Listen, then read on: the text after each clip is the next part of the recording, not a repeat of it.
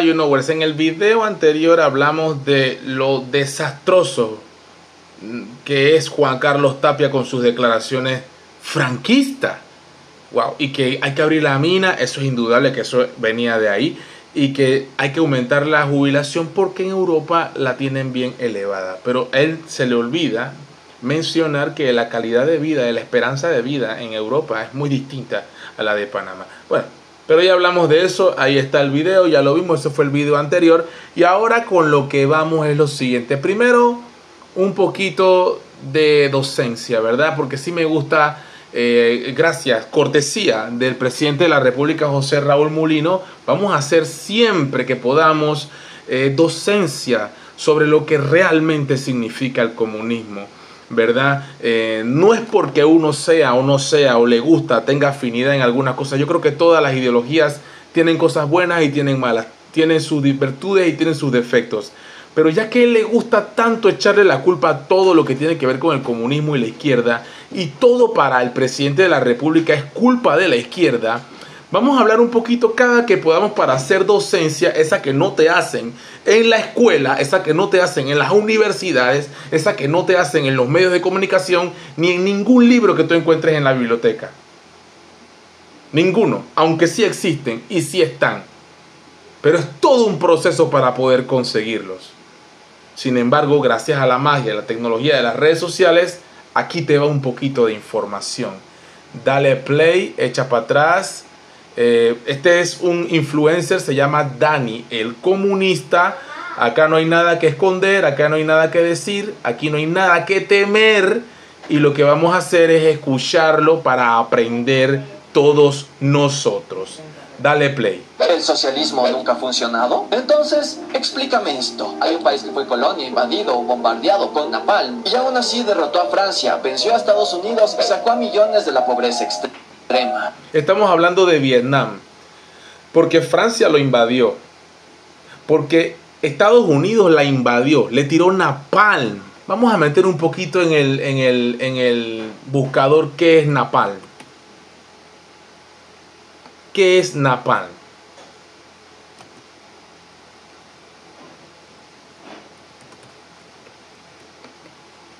El napalm arde a temperaturas de 1-2 que van desde 800 a 1200 grados Celsius. Se quema durante más tiempo que la gasolina, se dispersa más fácilmente y se adhiere a sus objetivos.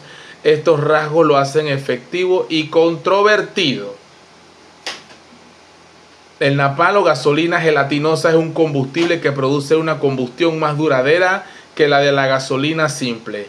Esta característica hace que sea utilizado por algunos ejércitos en varias guerras. El nombre napalm procede del acrónimo ácido nafténico, ¿verdad? Y ácido palmítico, con lo que se fabrica. El napalm arde, y ahí lo estamos viendo, se utilizó mucho en la Segunda Guerra Mundial, en los ataques incendiarios en ciudades japonesas en 1945, fue utilizado también para el uso de apoyo aéreo cercano en la Primera Guerra de Indochina. Indochina está Vietnam ahora contemplada, para que sepa un poquito de geografía, para que vayamos entendiendo. El ejército estadounidense usando napalm en Vietnam, porque ellos querían que de ninguna manera ganara el Ho Chi Minh, que fue finalmente quien ganó, en lo que querían hacer dos tipos de Vietnam, una Vietnam del norte y Vietnam del sur.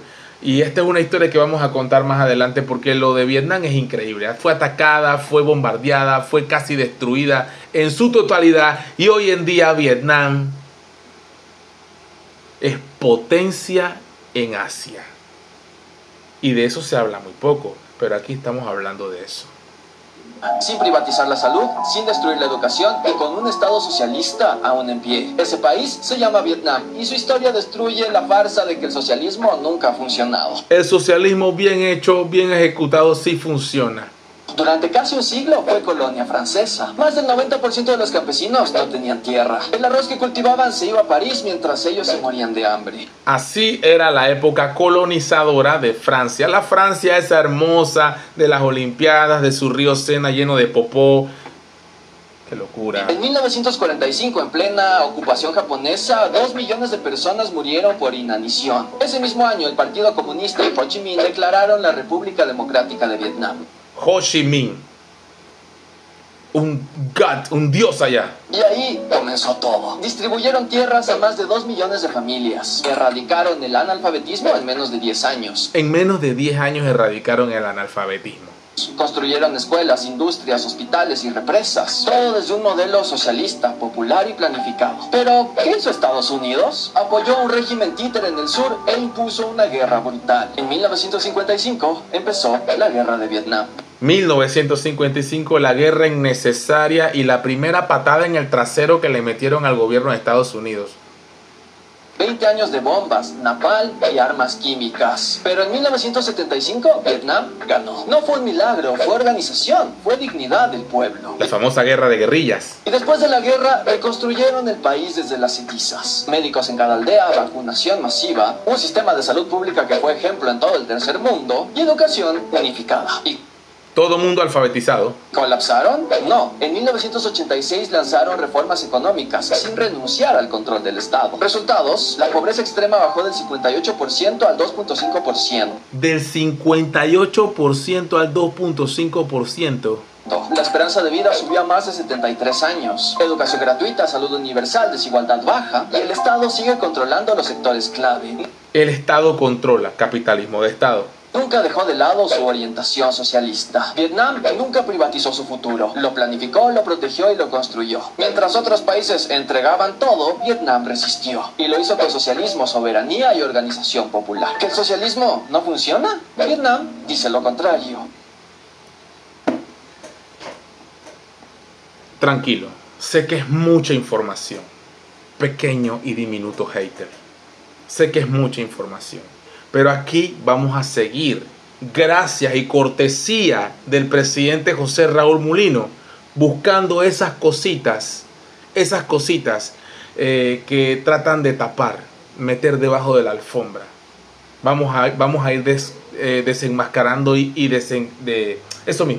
desenmascarando estas cosas, ¿verdad? Vamos a ir explicando lo que otros no te explicaron y mostrándote lo que otros no te han mostrado. Ahora sí, nos vamos con esta noticia.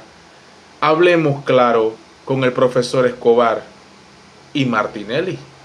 Entonces la gente se queda pensando, bueno, ¿es el gobierno de RM o seguimos acomodando a la gente del PRD en los puestos? Y parece ser que a Ricardo Martinelli eso obviamente no le ha gustado, porque a los propios miembros de su partido los echaron a un lado. Sí. Y entonces a Ricardo Martinelli no le ha quedado otra cosa que criticar frontalmente ya la gestión de José Raúl Mulino, la persona que él llevó, que él puso en la presidencia de la República. El presidente que tenemos fue puesto por Ricardo Martinelli donde está. Él lo llevó de la mano.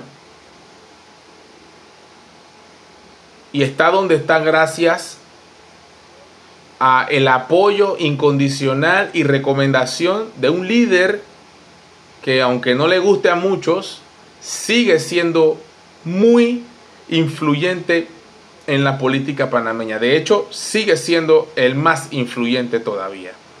Es una realidad, aunque no te guste. Yo siempre lo he dicho, soy fanático de las locuras, de lo radical, de lo ingenioso, de lo inteligente que fue Ricardo Martinelli, y sigue siendo inteligente para lograr las cosas que ha logrado. Pero no todo le sale, se cometen errores. Y definitivamente el alto costo que va a tener que pagar políticamente esta gestión le está dañando cualquier posibilidad de volver. Le está dañando cualquier posibilidad de ganar en otras elecciones. Difícil. No hay que llamarse engaños. El señor José Raúl Mulino gana es porque Ricardo Martinelli lo lleva de la mano. Totalmente. Criticó la actitud de este gobierno frente a las actuaciones que ha tenido de confrontación con los sindicatos.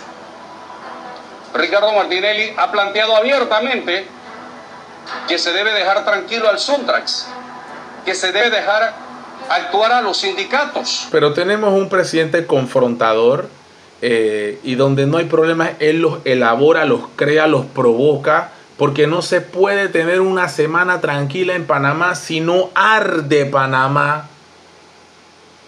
Eso es lo que aparentemente nos da a entender el presidente. Él tiene que ver arder Panamá, políticamente hablando. Que él no cree correcto con la eliminación del Suntrax. Lo ha planteado Ricardo Martinelli desde Colombia. En abierta oposición a lo que está haciendo el actual gobierno. Cosa que no le gusta a la alta cúpula del poder y a sus amiguitos del poder empresarial. Obviamente que al actual gobierno no le gusta para nada lo que desde Colombia dice Ricardo Martinelli. Y Ricardo Martinelli sigue machacando con el tema de la justicia, de sus procesos y todo lo demás.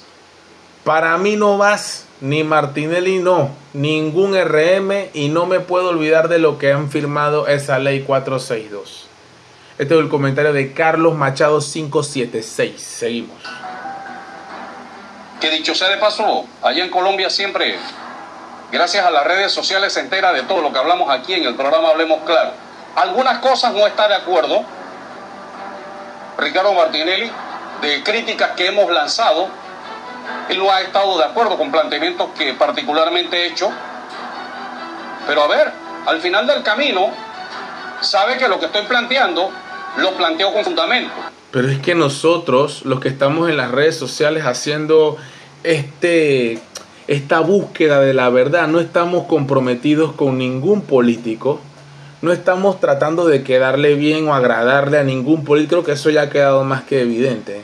Nosotros no estamos tratando de defender a ningún político. Acá lo que estamos es defendiendo al pueblo panameño y a todos aquellos que no se atreven de alguna manera u otra a salir a través de las redes sociales a mostrar su rostro y decir lo que están pensando. Entonces aquí somos esa voz de aquella persona que me está viendo en la televisión ahora, o que me estás viendo tú ahora en tu teléfono, o me estás viendo en la computadora, y tú que no te atreves a mostrar tu rostro y criticar y cuestionar abiertamente lo que tú estás viendo que está mal, que está haciendo nuestro gobierno, nuestros gobiernos. Entonces somos pocos, ojalá crezcamos, ojalá seamos más los que nos atrevemos. Yo invito a las personas a que no se queden callados. Hay muchas maneras. Yo creo en la protesta, yo creo en la huelga, yo creo en los derechos ciudadanos. En un país con democracia es necesario. Yo creo que debe ser así. Estas son las cosas que me separan de los pensamientos totalitarios de países que tienen supuestamente la bandera izquierda y comunismo. Esto me separa de ellos porque no estoy de acuerdo con que tú no te puedas expresar en Venezuela, en Cuba o en Nicaragua o en Corea del Norte. En Corea del Norte es imposible. Entonces, estas son las cosas que me separan de ese tipo de pensamientos, de ideologías y de gobierno. Por eso yo siempre digo que yo no soy comunista. Pero sí que es cierto que hay cosas que me gustan, tanto del modelo ese, como del modelo del capitalismo, como el modelo del socialismo. Se pueden sacar cosas buenas que beneficien a nuestros pueblos. Pero lo que hemos visto es que los gobernantes se saben la fórmula, pero la utilizan a su conveniencia. Ese es el problema. Y ya lo sabemos. Yo no estoy para defender ningún gobierno. Qué bueno que tampoco está aquí el profesor Escobar para eso. Mi posición como periodista no es para hablar bien de ningún gobierno. Así es. Entonces eso sería un relator, una campaña por parte de personas que trabajan en el gobierno y que se encargan de decir las cosas que hace el gobierno buenas, las malas no. Entonces, eso no es periodismo para mí. El periodista tiene que ser incómodo, tiene que estar presionando constantemente a los políticos, a los poderosos. Tienen que hacerlos sentirse incómodos con las preguntas y con las investigaciones. ¿Cómo va a terminar este asunto? No lo sé. No lo sé. Lo más extraño es que a un año apenas de gobierno, Ricardo Martinelli ya se está distanciando de la actual administración. Porque sabe lo que le conviene. Ahí está pensando quizás estratégicamente dentro de 4 o 5 años. Pero yo lo veo muy difícil como están las cosas, sinceramente. Porque no está satisfecho. Ya abiertamente ha criticado a esta administración. la administración que él propuso. Tal vez puedan intentar administrar desde las sombras la posibilidad del patrocinio, qué sé yo, pero ya como figura central, este era su momento, o por lo menos una gestión de un gobierno que lo hiciera bien. 1 año y nada, bro. 1 año y nada más están pensando en la mina. Es lo único que piensan. Lo que va a salvar Panamá es la mina. La misma mina que cuando operaba y yo no veía el progreso por ningún lado en este país. Pero bueno. El candidato que él le entregó en las manos la presidencia de la República. Pero el candidato ese que él puso no está respondiendo aparentemente a lo que pretendía Ricardo Martinelli. Bueno, yo te puedo decir como panameño de a pie, hijo de la cocinera, que no está respondiendo para nadie, le está respondiendo. Esa es la realidad. Y eso fue el profesor Escobar, ese fue tu amigo You Know. Espero que te haya gustado el video. Saludos a todos los que me ven en la calle. Dios me los bendiga a todos, a ustedes y su familia. Y bueno, a seguir echando para adelante este país. Y no te quedes callado. Opina, sin temor. Porque eso es lo que quieren los poderosos. Nos quieren robotizados, nos quieren a nosotros silenciados. No nos quieren incómodos, no quieren que estemos cuestionándolos. Ellos quieren hacer a sus anchas lo que les da la gana, sin ningún tipo de regulación. Así funciona, pero para eso estamos nosotros. Y también tú. Gracias por ver el video. You know, pra.